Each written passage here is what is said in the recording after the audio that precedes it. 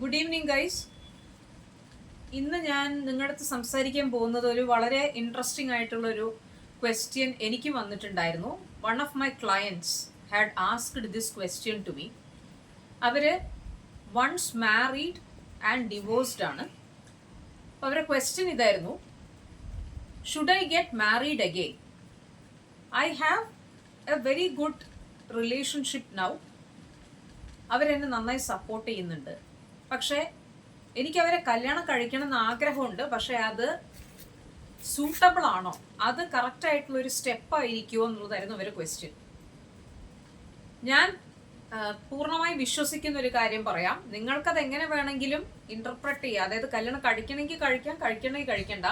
പക്ഷേ ഒരു കാര്യം മനസ്സിലാക്കുന്നത്, പ്രത്യേകിച്ചും നിങ്ങൾ ഒരാളെ വിവാഹം കഴിച്ചിട്ട് ഡൈവോഴ്സ് ചെയ്തതാണെങ്കിൽ ഇറ്റ് ഈസ് ബെറ്റർ ദാറ്റ് നിങ്ങൾ നിങ്ങളുടെ പാർട്ട്ണറിൻ്റെ കൂടെ ലിവിങ് ഇൻ ചെയ്യുന്നതായിരിക്കും ഏറ്റവും നന്നാവുക. കാരണം നമുക്കറിയാം, ഇന്ത്യയിലെ ഈ സാമൂഹിക വ്യവസ്ഥ പ്രകാരം ഡൈവോഴ്സ് ഇപ്പോൾ ആദ്യത്തെക്കാളും ബെറ്റർ ആണെങ്കിലും അത്ര പെട്ടെന്നൊന്നും മ്യൂച്വൽ കൺസെൻറ്റിലല്ല എങ്കിൽ അത്ര പെട്ടെന്നൊന്നും കിട്ടാൻ ബുദ്ധിമുട്ടാണ്.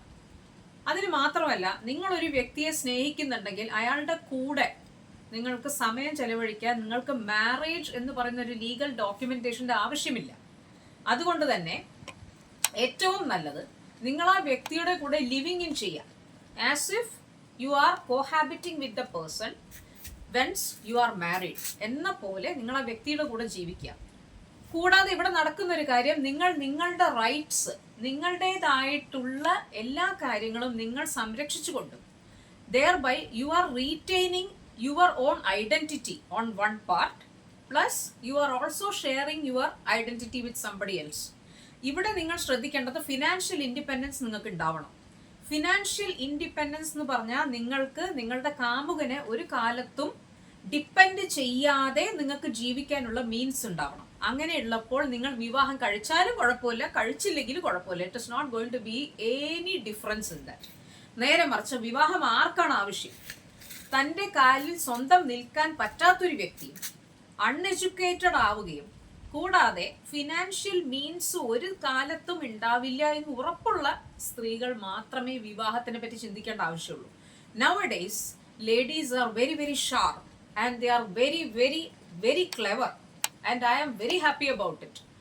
And എൻ്റെ അടുത്ത് ചോദിച്ചാൽ ഇതിനുള്ള ഉത്തരം ഞാൻ പറയാം: ലിവിങ് ഇൻ ചെയ്യുക, മാക്സിമം ലിവിങ് ഇൻ ചെയ്യുക. നാളെ ഒരു പക്ഷേ നിങ്ങൾക്ക് ഇതിനേക്കാളും നല്ലൊരാളെ നിങ്ങൾക്ക് കണ്ടുമുട്ടിയാൽ, ആ വ്യക്തിയോട് സ്നേഹം തോന്നുകയാണെങ്കിൽ, ഇവിടെ ഒരു ഭാരം, ഒരു ബേർഡൻ ആയിട്ട് ഒരാൾ നിങ്ങൾ മാരേജ് എന്ന് പറയുന്ന ലീഗൽ കോൺഫിഗറേഷനിലേക്ക് കൊണ്ടുവരാതിരുന്നാൽ നിങ്ങളുടെ ലൈഫിൽ നിങ്ങൾക്ക് സ്മൂത്തായിട്ട് ഓരോ സ്റ്റേജും സ്മൂത്തായിട്ട് നിങ്ങൾക്ക് ഇങ്ങനെ വേവ്സ് പോലെ പോകാൻ പറ്റും.